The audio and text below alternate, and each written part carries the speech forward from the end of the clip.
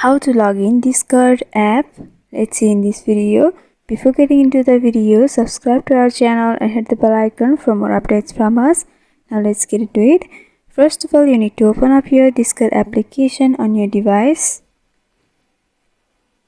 Once you open up the app, you'll be able to see this interface. Here are two options, register and login. Since we are trying to log in, you have to go for login option at the second box. And here you have to enter your account information for logging in.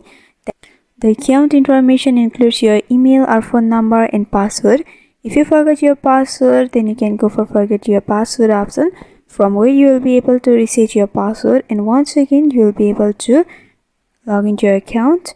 And if you want to use a password manager that you have set while using the app, then you can also go for that. For entering your account information, you have to simply tap on the text field and enter it. Once you do that, you have to go for login option. And here you need to confirm that you are human. So simply tap on confirm and you have to solve some of the captcha for proving that you are a human. Once you do that, you will be directly logged into your account. So from over here, you can join a server or use other various services. So this is how you log in Discord account.